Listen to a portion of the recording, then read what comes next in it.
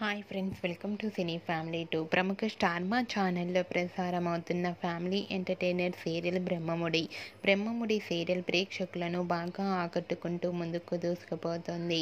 ఈ serial heroine Raj Kavya తమ నటనతో ఎంతోమంది అభిమానుల మనసును గెలుచుకున్నారు. రాజ్ కావ్య జోడీకి చాలామంది అభిమానులున్నారు.